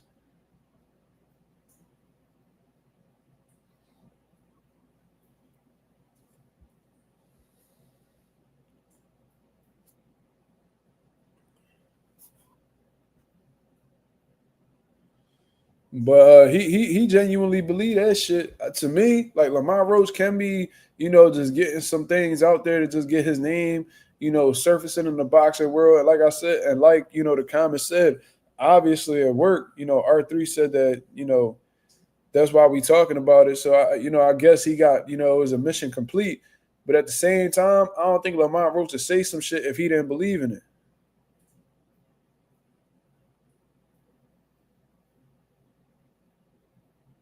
You know what I mean? I don't think Lamont Roach is the type person to say some shit and then, be like, nah, I was just nah. But then again, Lamont Roach was just talking about, and you could tell he understand the clip farming and how the way that shit work. Because most recently he was talking about after he fight Tank, he gonna fight the winner of Norman and Devin Haney at 47, and I'm like, all right, nigga, I see what you doing.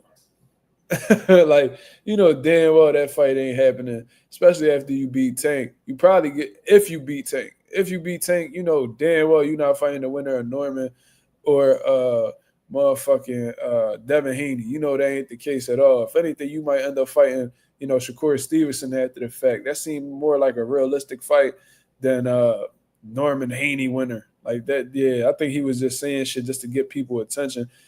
Like you saying that as if that's already written in stone, and we all know that's the furthest from the truth.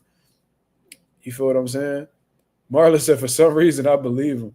Now, I don't believe that welterweight situation, but I think that he was clip farming with the second round KO prediction, but at the same time, I think he believed it too. You know what I'm saying? Like, I think he believes in his mind that he's capable of doing that. That's the right mindset to be in, but you're going to have to go about that strategically because Tank ain't the type of person that, especially in the early rounds, he ain't the type of person you need to be, shooting it out with early. Because, early on, that's when fighters are the strongest. I don't know if you want to go guns blazing at Tank at no early rounds. You feel me? Miles Sadiq, what up? It's better if Roach win will actually try to unify at 35. That was actually a conversation we had at the gym, Ralph. We was like, yo, what's like, we may have like our, preferences and who we like between Tank and Roach and all that good shit. But what's better for boxing? You know what I'm saying? What's between the two guys, which one winning would benefit the sport of boxing? You see what I'm saying? And one of my guys was saying how,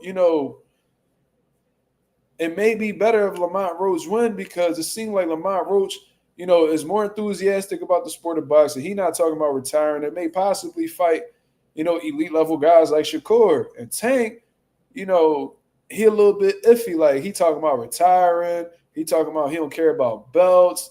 You know what I'm saying? And he fights that we want to see. He said guys not deserving of it. So it's like, you know what I'm saying? It may be better if Lamont Roach win. And on some real shit, you know what I mean? Like, my boy was spot on. My boy was spot on. Like, I don't know. Like, Tank has given us, he has told us everything we needed to know in terms of, like, his intentions with the sport. He don't care to satisfy you. He don't care to make the biggest fights. He want to get his money and get the fuck out. And that's fine. That's fine. If that's what you want to do, that's cool. Not every fighter gonna cater to our needs. You feel what I'm saying? But at the same time, it's like if you're gonna have that approach, then we got every right to not root for you after the fact because you're not you're not seeing us eye to eye in terms of what we want and what we expect as fans. So based off of that. You know what I mean? I feel like Roach will give us more of what we looking for. It seemed like he hungry. It seemed like he genuinely feels like he the best, and he want all the smoke. He done experienced the loss already. He don't really feel this pressure to stay undefeated or none of that bullshit. He willing to put that money where his mouth is at this point in his career. So I feel like I would trust Lamont Roach to make a bigger fight before Gervonta Davis does because. Like I said about Gervonta Davis, he's never proven to be the best in any weight class he's ever been in. Tell me I'm lying. What weight class has Gervonta Davis proved that he is the best? What weight class did he prove that he was the best without a shadow of a doubt? None.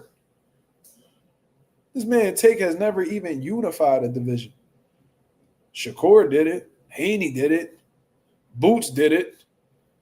Like all these motherfuckers done unified to prove that they was the number one. This motherfucker ain't do that not one time.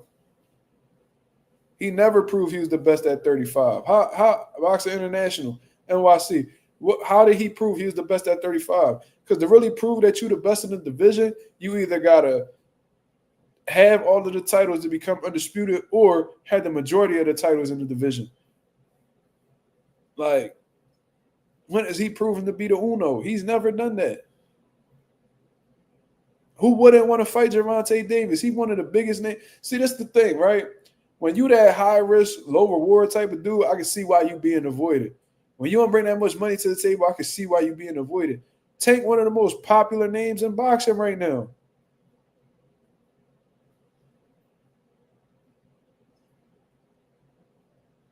One of the hottest, like one of the hottest names in the sport of boxing right now.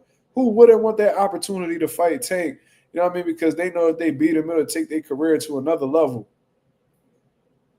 That's like, you know, it's like who would really avoid Floyd? They called it whoever fought Floyd, they said they was the winner of the Mayweather sweepstakes.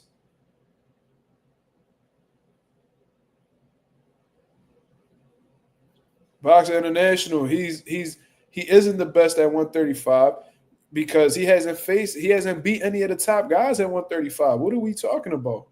At 35, who he beat? Ryan Garcia, who had no notable wins on his resume and was never world champion. Rolly Romero, nah, he had the WBA regular. You feel what I'm saying? He wasn't a legit world champion. He didn't beat no he like Frank Martin. Frank Martin was merely a contender, a green contender at that.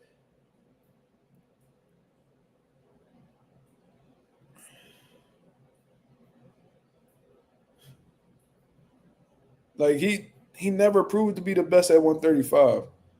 You got to speculate that he was the. You had a guess that Tank was the best at 35. He never confirmed that.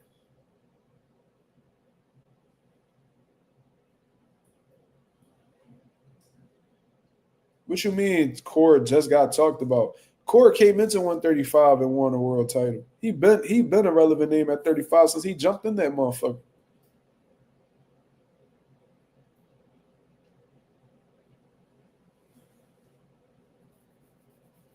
Yeah. Silks Bando said, don't forget Errol cooked Tank to his face about his resume. That's a fact. That was some truth to that shit. He said, bro, you don't fight nobody. You don't fight nobody. And it's not like he could tell Errol that because Errol consistently fought top competition in his division. And actually put his money where his mouth is and fought the other best guy in his division. He got scorched, but guess what? He took that chance. Tank has never done that. He's never done that. So I'm going to ask you again. He's been at 30, 35, and 140. What division has he proven to be the best in? Loma damn near retired. What are you talking about? Loma never came back. By the time he offered Loma a check, he was already out the game.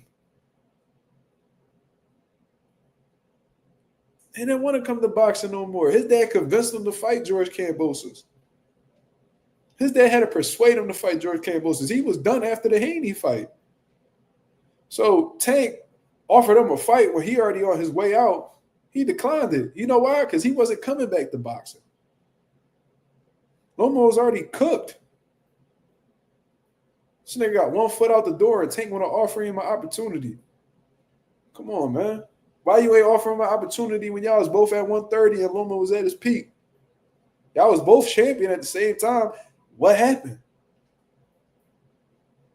Come on. Come on, man. Like Floyd, I remember Floyd was trying to discipline Tank with a Sil Lomachenko fight.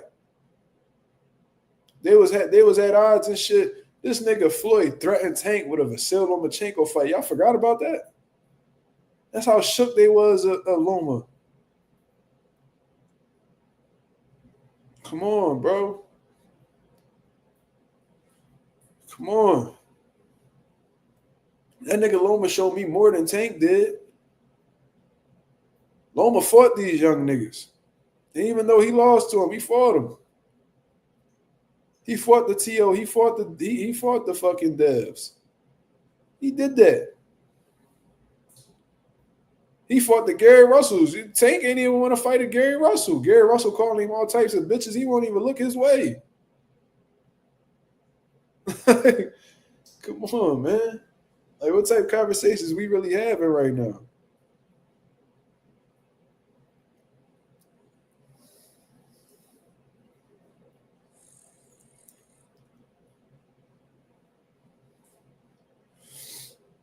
What's wild about Loma is that he didn't unify until he went to 35. 35 was where the opportunities was at. Because a lot of the dudes at 35 was, had deals with Top Rank. But even at 30, he had some good. Loma had some good wins at 30, though. He had some good wins at 26, too. You seen Gary say he would fight Roach and Tank. I believe him. He been calling out Tank for years. Go look. Bro, all y'all got to do, go on the YouTube search engine. Gary Russell, Gervonta Davis. And just scroll through. You're going to see interviews from 5, 6, 7 years ago with Gary Russell wanting that smoke. Just like how he wanted smoke with Leo Santa Cruz and all these different motherfuckers, bro. He wanted smoke with all of them. They ain't never looked Gary away. Gary got ducked by a few motherfuckers, man.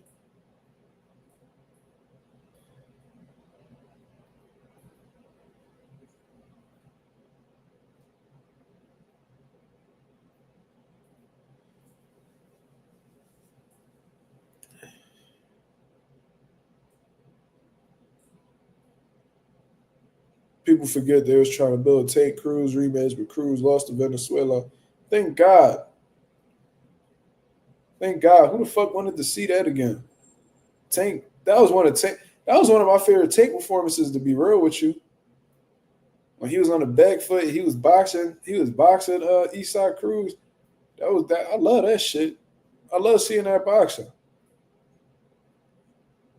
And he had a hand injury. He was boxing him on one hand. Tank showed a lot of skills. Tank got skills. That's what fucked me up about Tank. It's like, bro, you could probably beat these niggas, bro. Like, you could probably beat a Dev. You could probably beat a T.O. You could probably beat a Shakur. The fact that you ain't willing to roll the dice, to me, you look like scared money. And where I'm from, scared money don't make no money. So it's like I don't know, man. Like, I can't. Tank disappointing in my opinion. You know what I mean? The Gervonta Davis fans, they could come up with any excuse they want. The fact still remains, this man he's never, ever shown to be the best at any division he's ever been in. I'm sorry, that's the truth. Best performance of Dev's career, in my opinion, I like that Regis Pro grade performance, man. I like that Regis Pro grade performance. You can say that, what's his name? Abdulev. I like that performance. He boxed really well when I seen him fight live against Mason Menard, he boxed real well. I'm gonna say I like the Regis Pro grade one because he boxed so well. You know what I mean? He was sharp, man. He made Regis look like an amateur.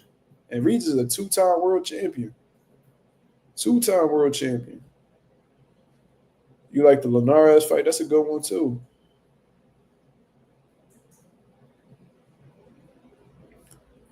He's afraid to lose. Yeah, he said that in interviews. And when I brought that up, he's like, man, you just looking for something. Man, Tank ain't scared of nobody. I never said Tank was scared of anybody, but he clearly admitted that his biggest fear is losing. Now, that's a lot of the top guys' worst fear is losing. But he was talking about being embarrassed and all this shit. Like, you could just tell that Tank probably would have a mental breakdown if he became a meme.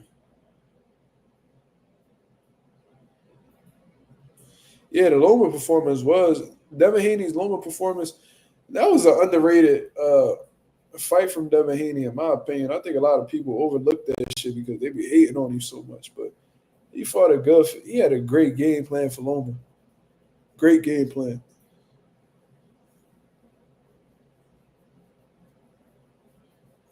Loma had some good ass performances too. Like Loma did niggas dirty. I ain't gonna lie. I ain't like Loma because of his fan base. By the way, they was trying to make him pound for pound #1 and all that shit. I wasn't feeling that, so I kind of went against Loma a lot. Like I was rooting for T.O. to beat Loma.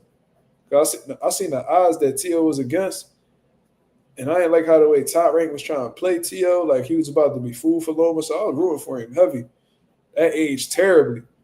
But fuck yeah, Loma got some good wins, man. I seen when y'all seen that knockout he had on that knockout that Loma had on Rocky Martinez, bro.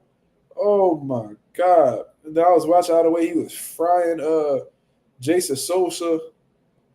How he embarrassed Nicholas Walters. Showed Nicholas Walters a huge disappointment too, bro.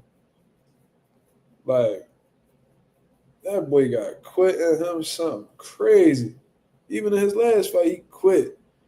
Like just be quitting, like straight turkey.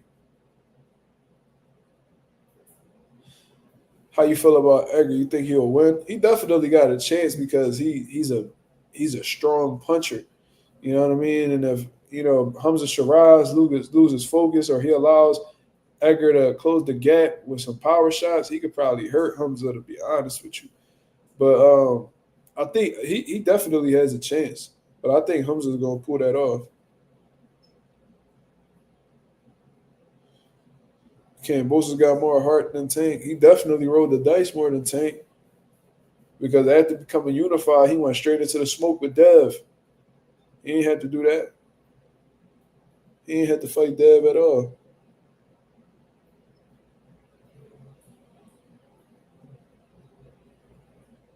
Kambosa's fought T.O., he fought Dev, he fought Loma, he fought Hitchens. You gotta respect dude. He had one big moment in his career and he made the most out of it. You gotta salute him for that. Not everybody get in Kambosa's position.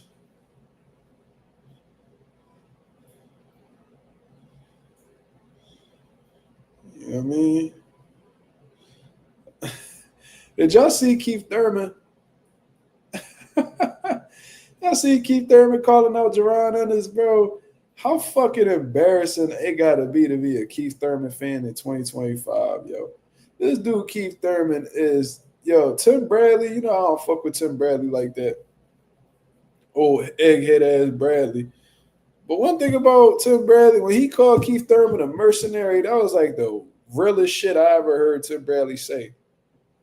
And that shit still holds true to this day, cuz like this dude Keith Thurman, mind you, he destroyed his career with inactivities and injuries and stuff like that, and really showing that he just wanted the money and bounce, right?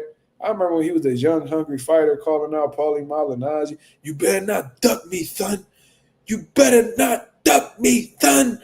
You know what I'm saying? With the ponytail and this motherfucker playing the flute. So, you know what I mean? Like, he out here bugging the fuck out. Keith was a weird nigga, but he could rumble, right? So then he falls off. But while he was champion, he was downplaying Bud and downplaying Errol, Spence, and never gave those guys opportunities. Then when he fell off and the tables turned and Bud and Errol became them niggas in the division, all of a sudden he crying for one of them to fight him. Oh man, y'all fighting all these guys, but y'all haven't fought one time, baby. You haven't fought one time. You gotta fight one time, baby. Anybody would love to have Keith Thurman on their resume. I'm a unified world champion. Come on, don't duck me, son. Don't duck me. Now everybody like, man, fuck Keith Thurman. Like, bro, Keith Thurman destroyed his career, bro, with inactivity. Even admitted that, he turned down fights because they didn't, like, he'd rather sit on a shelf than take fights, especially during the pandemic, because he thought fighting with no crowd was boring.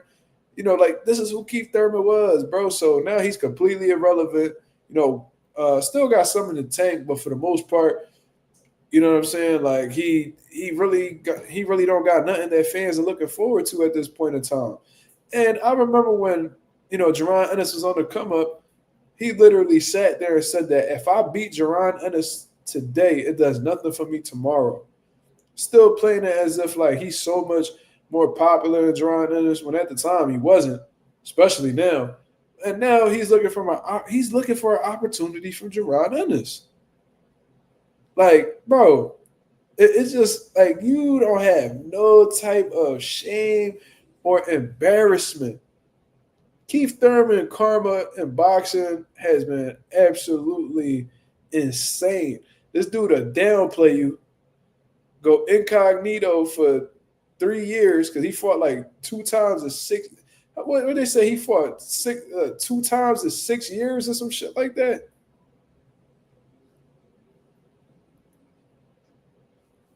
Packy.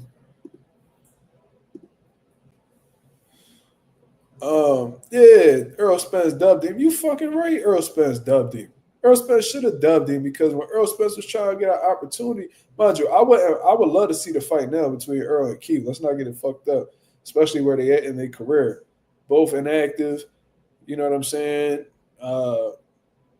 They not at their peaks anymore. They might as well rumble each other. Why not?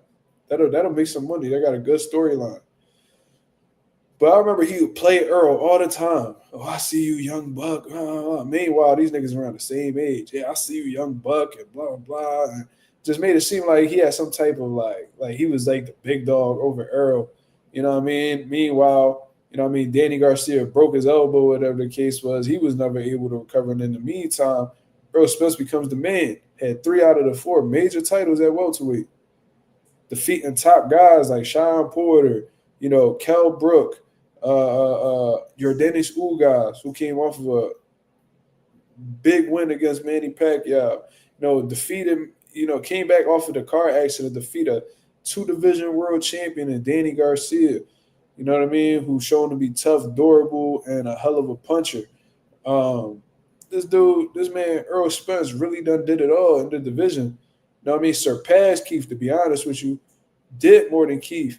Now Keith was looking for a hand, like pretty much looking for a handout. Like, I know I didn't give you an opportunity, son, but you should still fight me, son. I'm one time, baby. One time. You want to fight one time? Like, no, nigga, don't nobody want to fight you. And you keep trying to pop it like you that nigga or some type of legend. Don't nobody owe you shit. Don't nobody owe you shit. Keith, who owe you something? You ain't do that much in boxing. You beat Sean Porter. You beat Danny Garcia. Shit went downhill ever since then. You fought Barrios coming off of a loss. You just fought a nigga named Brock Jarvis, who ain't had no business being at 154. Like, I mean, you ain't do that much to be popping it like you a top nigga. Like, cut it out. And you got washed by old Pacquiao. Like, cut it out. You let a 40-plus-year-old Manny Pacquiao wash you. Anyways. It's just funny seeing him look for an opportunity from Boots. You know what I'm saying? And I hope Boots do give him an opportunity and whoop his ass. I would love to see Boots finish off Keith Thurman's career. Would love to see that. You feel me? But it's crazy how them tables turn, man. Keith wanted to pop all that shit, act like motherfuckers blow him. Now you at the bottom of the totem pole trying to find your way up. And ain't nobody giving you a helping hand because you wasn't helping motherfuckers out when they was in need. So that's karma for you, bro.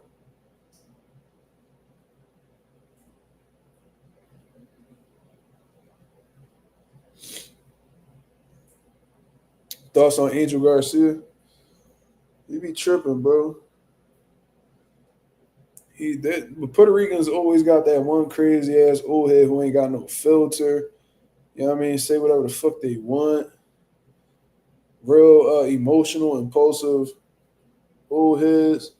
You know what I'm saying? Like, but cocaine a hell of a drug. Cocaine a hell of a drug. Them drugs crazy, bro. They jump right by Kensington. I don't know what they be getting into. But prayers out to Angel Garcia because I heard he been having health issues and stuff like that. They say he had like a stroke or some shit not too long ago. So, I mean, I hope everything is, sturdy for Angel Garcia, man. Man, hopefully he taking care of himself.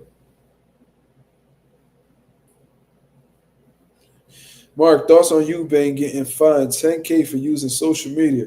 That was weird. I heard he got fined $10K for using a sauna, first of all, because that goes against the British Boxing Board of Control's, I guess weight cut policies or weight cut rules. You can't use a sauna, and he used one, or he had a sauna suit on or some weird shit like that. Then they say he was misusing social media. So you get to tell this motherfucker. So not only do y'all have the ultimate say on how the way he cuts weight, but you also have a say on what he says on social media.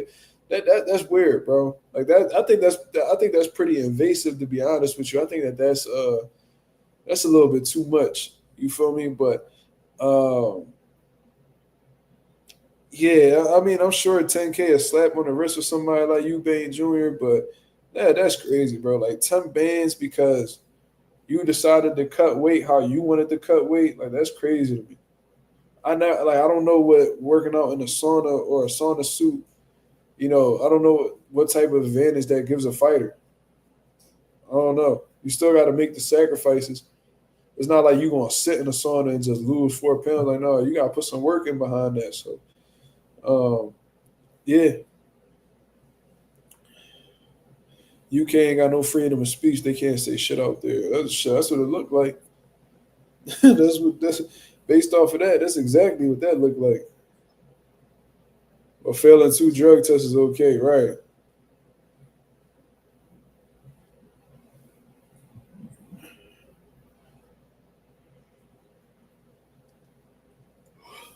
I seen Roy Jones call out Floyd Mayweather today too. I thought that shit was hilarious.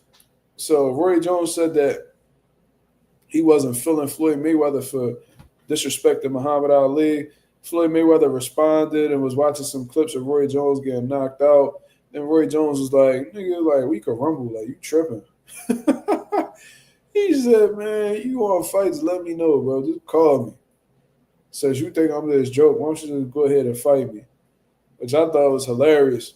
Floyd ain't about to rumble no Roy, whether he, in his prime or old. He ain't about to fight no Roy, you feel me? So thought that was a little funny back and forth. I'd have never thought Roy and Floyd would have got into it on social media in 2025. This year starting off real rocky. But I don't think nothing really happens to that, man. You feel me? If Floyd was to make a fight with Roy, though, that'd be hilarious. I ain't gonna lie to you. Floyd got a lot more in the tank than Roy. I know that. Sheesh.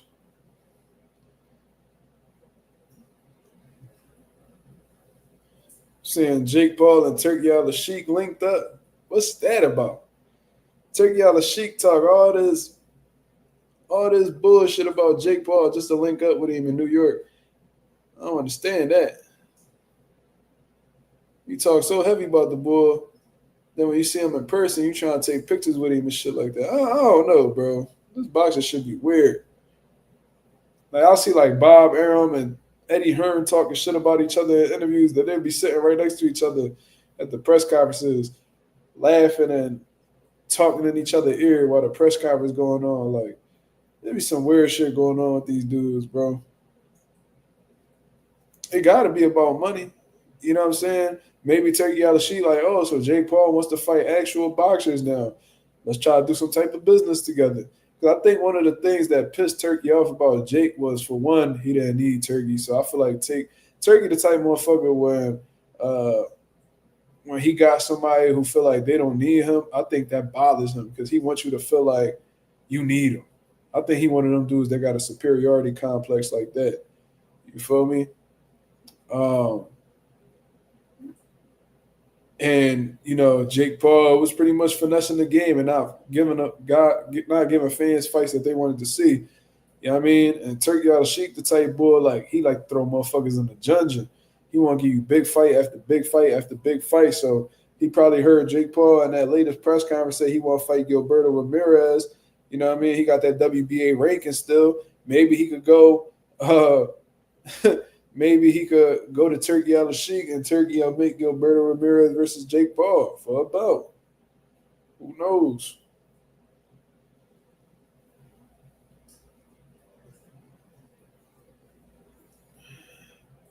Silks Bando said, you saw Shakur say on Najee channel that Farmer got caught mid-Tourette's by Kid Austin? Yeah, I saw that.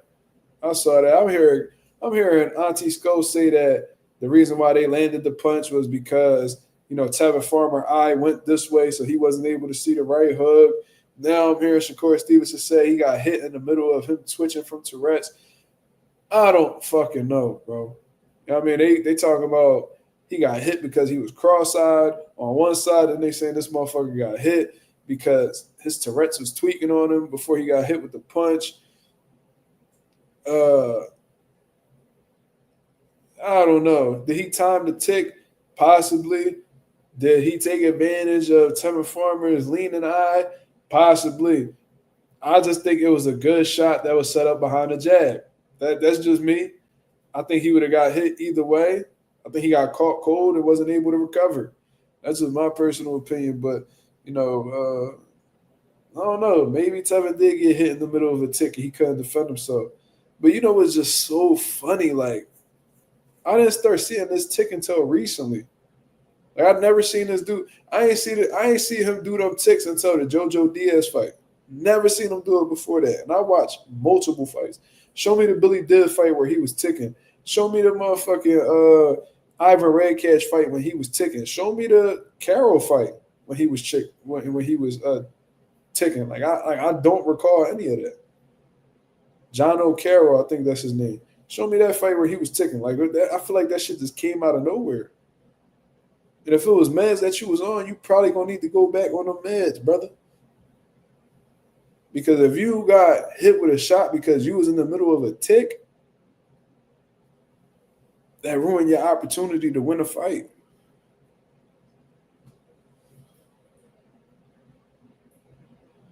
And I was like, yo, why Tev keep looking up like at the Jumbotron? Like he boxing. And he like in the middle of throwing punches. He finished throwing a punch. Blah, blah, blah. JoJo Diaz putting pressure. He defending himself, looking up. Like, bro, what the fuck is you doing?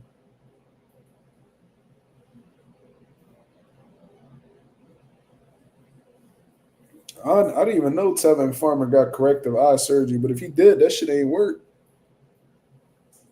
If he got corrective eye surgery, it definitely ain't work because his shit's still like that. They robbed him. They ain't correct the motherfucking thing. That shit's still incorrect.